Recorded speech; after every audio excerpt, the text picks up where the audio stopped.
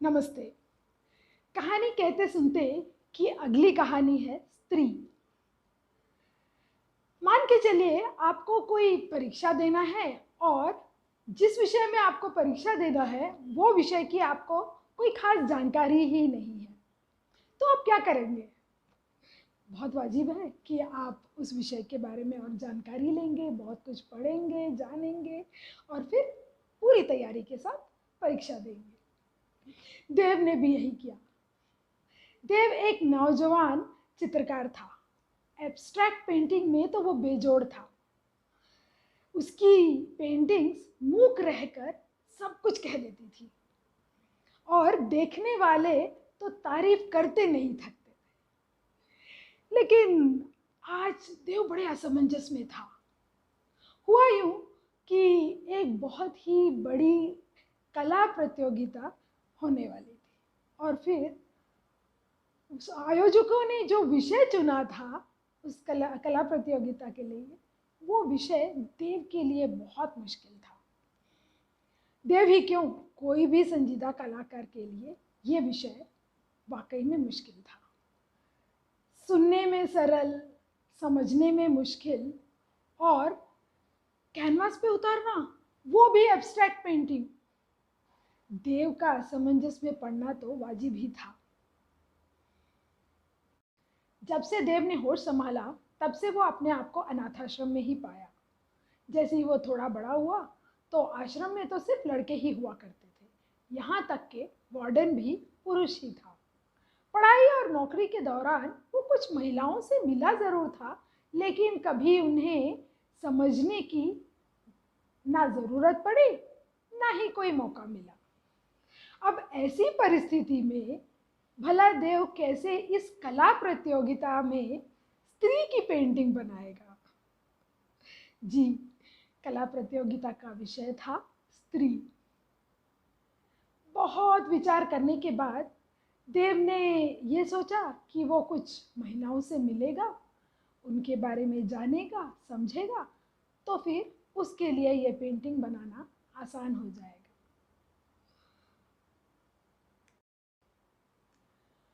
बहुत सोच समझकर देव ने 5 महिलाओं को चुना जो कि विभिन्न परिवेशों से थी।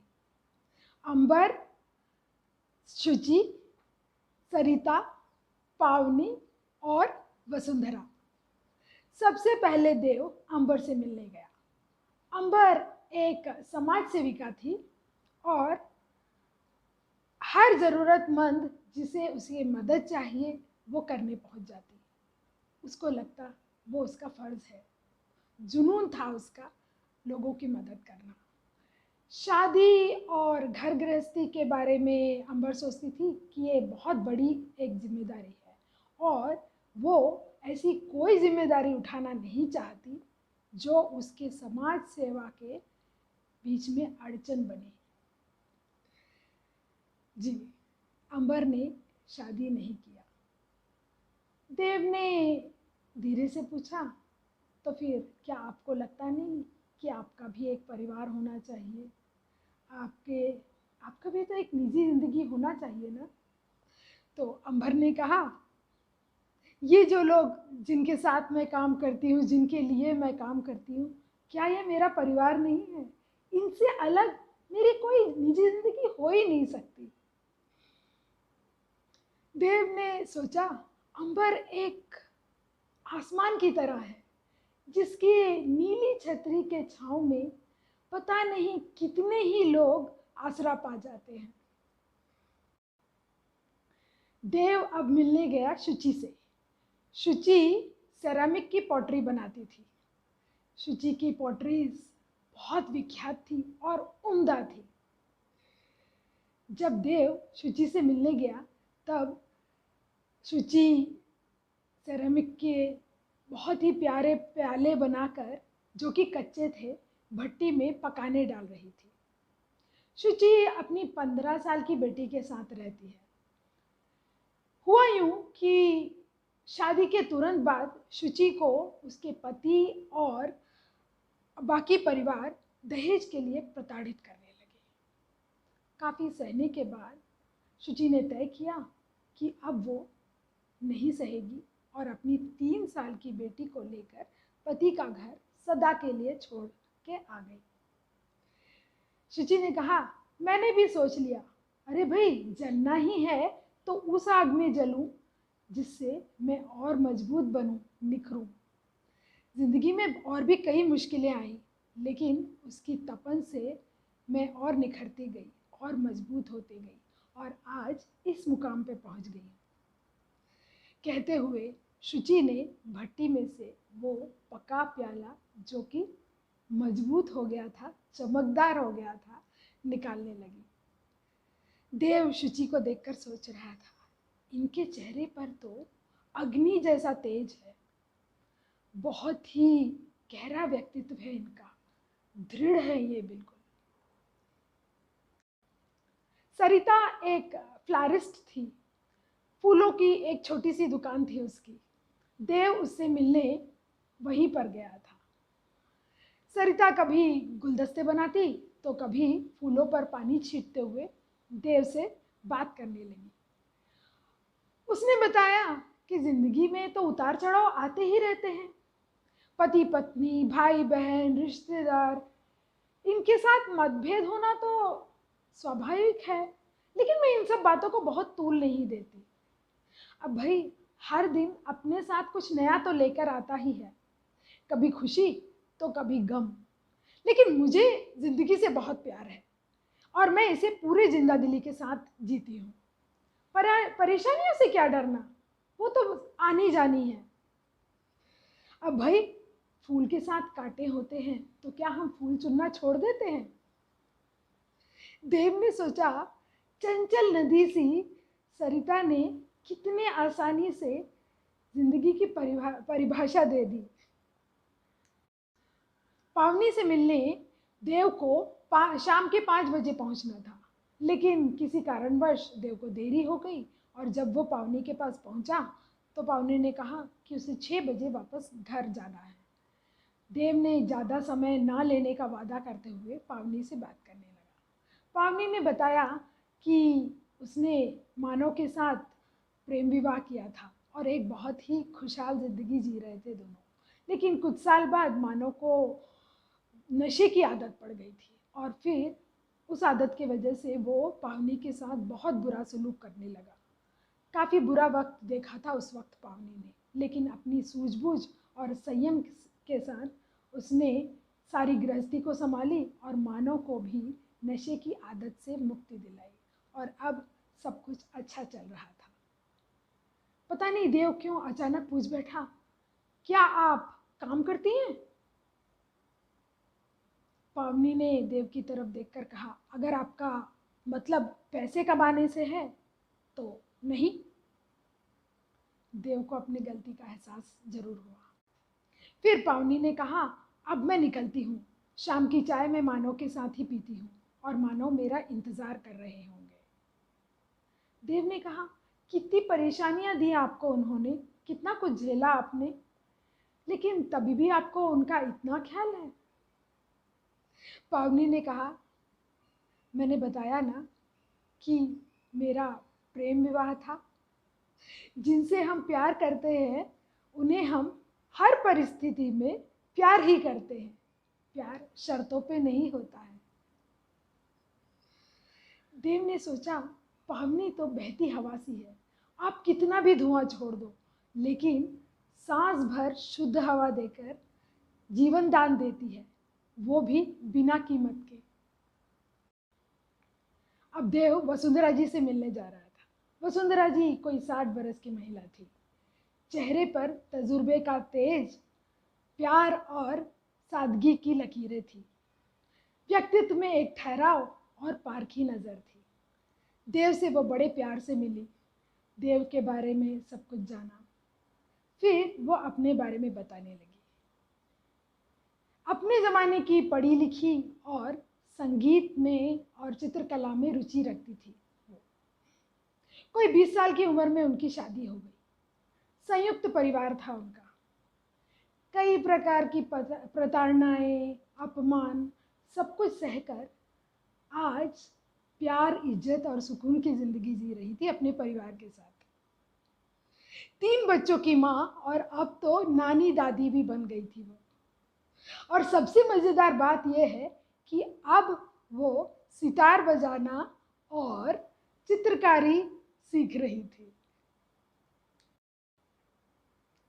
देव ने सकुचाते हुए वसुंधरा जी से पूछा, आपने इतना सब कुछ सहा ही क्यों?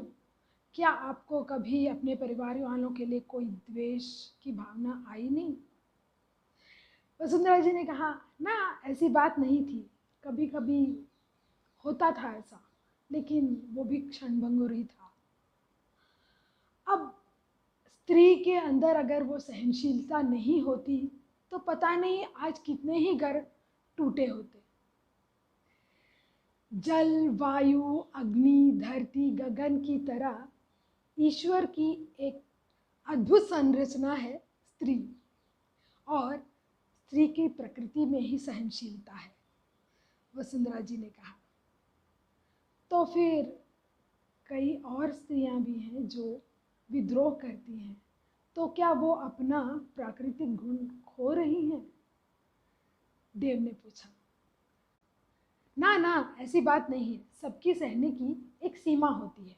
कुछ जल्दी से विद्रोह कर देते हैं और कुछ ज्यादा देर तक सहते हैं। अब प्रकृति के साथ हम खिलवाड़ किए जा रहे हैं, लेकिन प्रकृति है कि हमें निरंतर जीवन दान दिए ही जा रही है। पर क्या पता एक दिन उसके साथ हो रहे खिलवाड़ के लिए वो हमें एक करारा जवाब दे बैठे और हम सब ऐसे बंध जाएं कि खुलकर सांस लेने में भी डर लग जाए।